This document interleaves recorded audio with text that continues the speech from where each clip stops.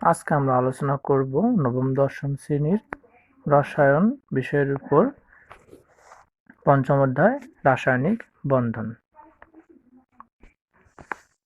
আজকে আমাদের আলোচ্য বিষয় যোজ্যতা ইলেকট্রন। যোজ্যতা ইলেকট্রনের সংজ্ঞা: কোন মৌলের ইলেকট্রন বিন্যাসে সর্বশেষ কক্ষপথের ইলেকট্রন সংখ্যাকে ওই মৌলের যোজ্যতা ইলেকট্রন বলে।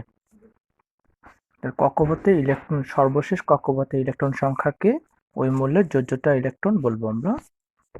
আমরা এখন কিছু উদাহরণ দেখি। অক্সিজেনের পারমাণবিক সংখ্যা 8, এই ইলেকট্রন বিন্যাস 1s2 2s2 2p4। এখানে আমরা দেখতে পাচ্ছি যে সর্বশেষ যে কক্ষপথটা আছে, দ্বিতীয় কক্ষপথটা, এখানে 6টা ইলেকট্রন আছে। এস অরবিটালে 2টি ইলেকট্রন, পি অরবিটালে 4টি ইলেকট্রন, মোট 6টি ইলেকট্রন। অক্সিজেনের যদি আমরা ডায়াগ্রামটা দেখি, এখানে ডায়াগ্রামের মধ্যে আমরা সেটাই দেখতেছি, সর্বশেষ কক্ষপথে মোট 6টি ইলেকট্রন আছে। তাই আমরা বলতে পারবো অক্সিজেন পরমাণুর যোজ্যতা ইলেকট্রন 6টি। এর পরের উদাহরণে আমরা যাই। সালফারের পারমাণবিক সংখ্যা 16। এই যে ইলেকট্রন বিন্যাসের ক্ষেত্রে দেখি আমরা 1s2 2s2 2p6 3s2 3p4। এর ক্ষেত্রে যেমন লক্ষ্য করি, এখানে যে সর্বশেষ কক্ষপথ আছে, তৃতীয় কক্ষপথ, এর ক্ষেত্রেও আমাদের ইলেকট্রন আছে 4টি, এস অরবিটালে 2টি, পি অরবিটালে 4টি, মোট 6টি ইলেকট্রন। এর যদি আমরা ডায়াগ্রামটা দেখি, আমরা সালফার ডায়াগ্রামের মধ্যেও আমরা দেখতে পাচ্ছি যে সর্বশেষ যে কক্ষপথটা আছে, তৃতীয় কক্ষপথ, এখানে মোট 6টি ইলেকট্রন আছে। তাই আমরা বলতে পারবো সালফারের যোজ্যতা ইলেকট্রন 6টি। এর পরের উদাহরণে যদি আমরা দেখি, আমরা পটাশিয়ামের ক্ষেত্রে পটাশিয়ামের পারমাণবিক সংখ্যা 19। যদি আমরা ইলেকট্রন বিন্যাস দেখি 1s2 2s2 2p6 3s2 3p6 4s1। এই ক্ষেত্রে যে আমরা দেখি যে সর্বশেষ যে কক্ষপথটা আছে, চতুর্থ কক্ষপথ, এখানে ইলেকট্রন আছে মোট অনলি 1টি, এখানে এস অরবিটালে 1টি ইলেকট্রন। এর যদি আমরা ডায়াগ্রামটা দেখি পটাশিয়ামের, এখানে ডায়াগ্রামের মধ্যে আমরা দেখতে পাচ্ছি যে সর্বশেষ কক্ষপথে 1টি ইলেকট্রন আছে। তাহলে আমাদের সংজ্ঞা অনুসারে আমরা এটাকেও এখানেও আমরা এইভাবে বলতে পারবো যে পটাশিয়ামের যোজ্যতা ইলেকট্রন 1টি। এরপরে যাব আমরা যোজনী বা যোজ্যতা। এর প্রথমে আমরা দেখি সংজ্ঞাটা। অণু গঠনকালে কোনো মৌলের একটি পরমাণুর সাথে অপর একটি মৌলের পরমাণু যুক্ত হওয়ার ক্ষমতাকে ওই মৌলের যোজনী বলে।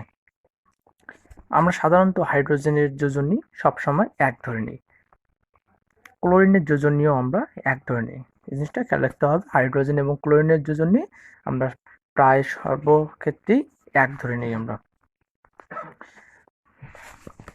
যোজনী আমরা আরও একটা সংজ্ঞা দিতে পারি। আমরা কোনো মৌলের একটি পরমাণু যতগুলো হাইড্রোজেন পরমাণু বা ক্লোরিন পরমাণুর সাথে যুক্ত হতে পারে সেই সংখ্যাই হচ্ছে ওই মৌলের যোজনী বা যোজ্যতা। আবার দেখি আমরা কোনো মৌলের একটি পরমাণু যতগুলো হাইড্রোজেন পরমাণু বা ক্লোরিন পরমাণুর সাথে যুক্ত হতে পারে সেই সংখ্যাই হচ্ছে ওই মৌলের যোজনী বা যোজ্যতা। আমরা কিছু উদাহরণ দেখতে পারি। পানির ক্ষেত্রে আমরা দেখি, এখানে পানির সংকেত H2O। এখানে যদি আমরা লক্ষ্য করি, এখানে অক্সিজেন পরমাণুর সাথে 2টি হাইড্রোজেন যুক্ত আছে। তাহলে এখানে অক্সিজেন পরমাণুর সাথে 2টি হাইড্রোজেন যুক্ত আছে, তাহলে আমরা বলতে পারবো যে অক্সিজেনের যোজনী 2। সেই জিনিসটা দেখি, এখানে অক্সিজেন পরমাণু 2টি হাইড্রোজেনের সাথে যুক্ত, সুতরাং অক্সিজেনের যোজনী 2। এরকম আরও অনেক উদাহরণ আছে। যদি আমরা তারপরটা দেখি, এখানে মিথেনের সংকেত CH4। এখানে যে আমরা লক্ষ্য করি যে এখানে কার্বনের সাথে 4টা হাইড্রোজেন পরমাণু যুক্ত আছে। যেহেতু 4টা হাইড্রোজেন পরমাণু যুক্ত, তাহলে আমরা সংজ্ঞা অনুসারে বলতে পারবো আমরা কার্বনের যোজনী 4। তবে আমরা আরও একভাবে আমরা বের করতে পারবো এগুলো, যে এই যোজনীগুলো আমরা এইভাবে আমরা পরমাণু হিসাব না করে আমরা ইলেকট্রন বিন্যাস দিয়ে বের করতে পারবো। সেই পদ্ধতিটাই সবচেয়ে আমাদের ভালো পদ্ধতি। আমরা যে দেখি এখানে এরপরটা, অর্থাৎ আমরা ইলেকট্রন বিন্যাস থেকেও যোজনী বের করতে পারবো। এই পদ্ধতিটাই অনেকটা ভালো। নিয়মটা যেমন দেখি, এখানে কোনো মৌলটার নিকটবর্তী নিষ্ক্রিয় গ্যাসে ইলেকট্রন বিন্যাস লাভ করতে যতটি ইলেকট্রন ত্যাগ বা গ্রহণ করে সেই সংখ্যাই হবে ওই মৌলের যোজনী। অর্থাৎ কোনো মৌল তার নিকটবর্তী যে নিষ্ক্রিয় মৌলটা থাকবে তার ইলেকট্রন বিন্যাস লাভ করতে যতটা ইলেকট্রন গ্রহণ করা লাগে, অথবা এমন হতে পারে যতটা ইলেকট্রন ত্যাগ করবে সেই সংখ্যাটাই হবে ওই মৌলের যোজনী। আমরা যদি এখানে দেখি, এখানে পটাশিয়াম অথবা সোডিয়াম এদের ক্ষেত্রে কিন্তু দেখতে পারবো যে এদের যে কাছাকাছি যে নিষ্ক্রিয় মৌল আছে তাদের থেকে একটা ইলেকট্রন বেশি আছে, তখন এরা ইলেকট্রন ত্যাগ করে। কিন্তু যদি আমরা অধাতুর ক্ষেত্রে দেখি, যেমন ক্লোরিন, ফ্লোরিন, এগুলোর ক্ষেত্রে দেখা যায় যে এদের সর্বশেষ কক্ষপথে 7টি ইলেকট্রন থাকে। তারা অষ্টক পূরণের জন্য, অর্থাৎ তাদের যে নিকটবর্তী নিষ্ক্রিয় মৌল আছে তাদের ইলেকট্রন বিন্যাস লাভের জন্য একটি ইলেকট্রন গ্রহণ করে। এই যে এরা একটি ইলেকট্রন গ্রহণ করলো, এদের যোজনী হবে 1। আর যে সোডিয়াম, পটাশিয়াম এরা একটি ইলেকট্রন ত্যাগ করলো, ত্যাগ করে এদের নিকটবর্তী নিষ্ক্রিয় গ্যাসের ইলেকট্রন বিন্যাস লাভ করে, তখন তাদের যোজনী হয় 1। সাধারণত ধাতুরা ইলেকট্রন ত্যাগ করবে এবং অধাতুরা ইলেকট্রন গ্রহণ করে। অর্থাৎ আমরা অন্যভাবে বলতে পারবো যে কোনো মৌল অষ্টক পূরণের জন্য যতটি ইলেকট্রন ত্যাগ বা গ্রহণ করে সেই সংখ্যাকে ওই মৌলের যোজনী বলে। এখন অষ্টক পূরণ কাদের থাকে? অষ্টক পূরণ থাকে এই নিষ্ক্রিয় মৌলগুলো। নিষ্ক্রিয় মৌলগুলোর ক্ষেত্রে সর্বশেষ কক্ষপথে এস অরবিটাল এবং পি অরবিটাল পরিপূর্ণ থাকে, অর্থাৎ সর্বশেষ কক্ষপথে এদের 8টি ইলেকট্রন থাকে, এদের অষ্টক পূরণ থাকে। আমরা যদি দেখি এবার অক্সিজেন পরমাণুর ক্ষেত্রে, অক্সিজেন পরমাণু পারমাণবিক সংখ্যা 8। এর যদি আমরা ইলেকট্রন বিন্যাসটা দেখি, এখানে ইলেকট্রন বিন্যাস 1s2 2s2 2p4।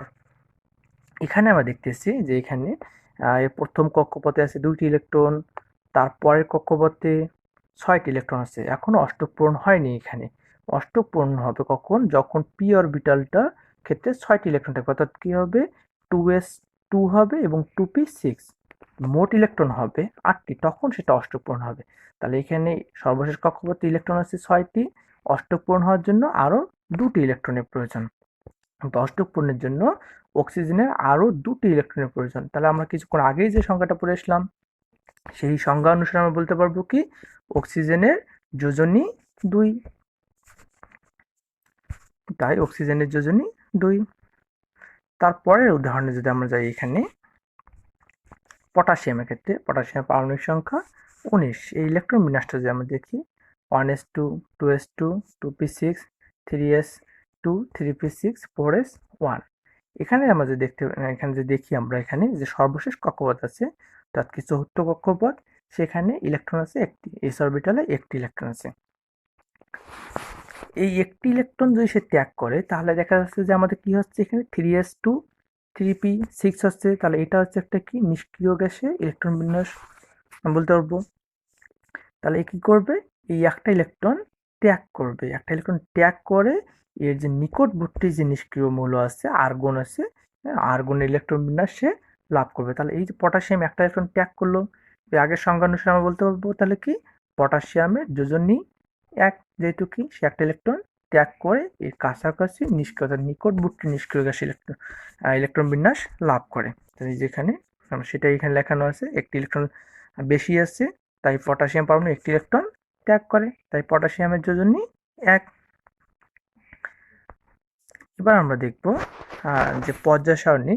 পর্যায় সারণী দেখে আমরা একটু বলে দিতে পারবো যে কোনটা কোন মৌলটির যোজনী কত হবে। এইভাবে আমরা ইলেকট্রন বিন্যাস করে সবগুলো মৌলের ক্ষেত্রে আমরা বের করে দিতে পারবো। হ্যাঁ, তোমরা এগুলো নিজে নিজে করবা, করে কমেন্টে লিখবা এগুলো। আমরা যদি দেখি এখানে পর্যায় সারণীর গ্রুপ 1 এবং গ্রুপ 17 এর মৌলগুলোর যোজনী 1 হয়। কারণ গ্রুপ 1-এর যে মৌলগুলো আছে এদের ইলেকট্রন বিন্যাস যদি আমরা করি, দেখব যে এদের সর্বশেষ কক্ষপথে একটি ইলেকট্রন থাকে। এই একটি ইলেকট্রন ত্যাগ করে এরা এদের নিকটবর্তী নিষ্ক্রিয় গ্যাসের ইলেকট্রন বিন্যাস লাভ করতে পারে। তাই পর্যায় সারণীর যে গ্রুপ 1-এর যে মৌলগুলো আছে, হ্যাঁ, অর্থাৎ এখানে সোডিয়াম, পটাশিয়াম, রুবিডিয়াম, এই যে মৌলগুলো যেগুলো আছে এগুলো সবগুলোর যোজনী 1।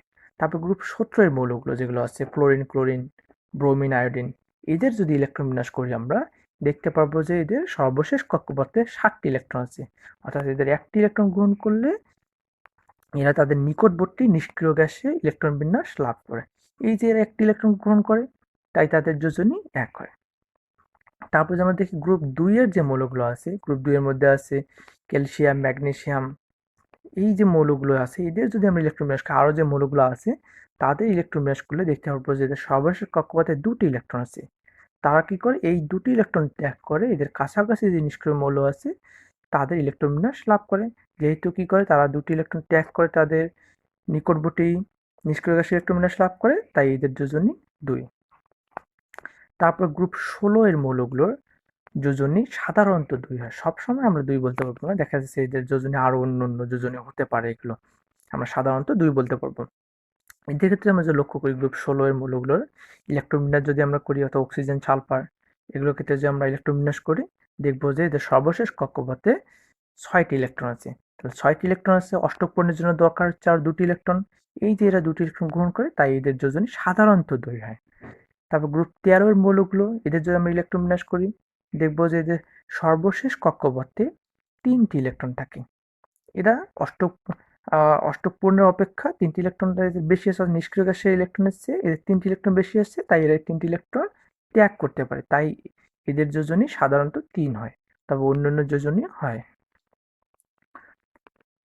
তারপর গ্রুপ 15 এর মৌলগুলো যেগুলো আছে, এদের যোজনী সাধারণত 3 হয়, কারণ যে এদের সর্বশেষ কক্ষপথে ইলেকট্রন সংখ্যা থাকে 5, এদের 3টি ইলেকট্রন ঘাটতি থাকে, অর্থাৎ অষ্টক পূরণের জন্য 3টি ইলেকট্রন তারা গ্রহণ করে, তাই তাদের যোজনী সাধারণত 3 হয়। তারপর গ্রুপ 14 এর যে মৌলগুলো আছে, তাদের যদি আমরা ইলেকট্রন বিন্যাস করি, তাদের সর্বশেষ কক্ষপথে আমরা দেখতে পাবো 4টি ইলেকট্রন থাকে। এদের ক্ষেত্রে আমরা ত্যাগের ক্ষেত্রেও যদি দেখি, ত্যাগের ক্ষেত্রেও তারা 4টি ইলেকট্রন ত্যাগ করতে পারে, গ্রহণের ক্ষেত্রেও তারা 4টি ইলেকট্রন গ্রহণ করলেই হয়, তাই এদের যোজনী 4ই হয়। আজ এ পর্যন্তই, সবাইকে ধন্যবাদ, থ্যাংক ইউ।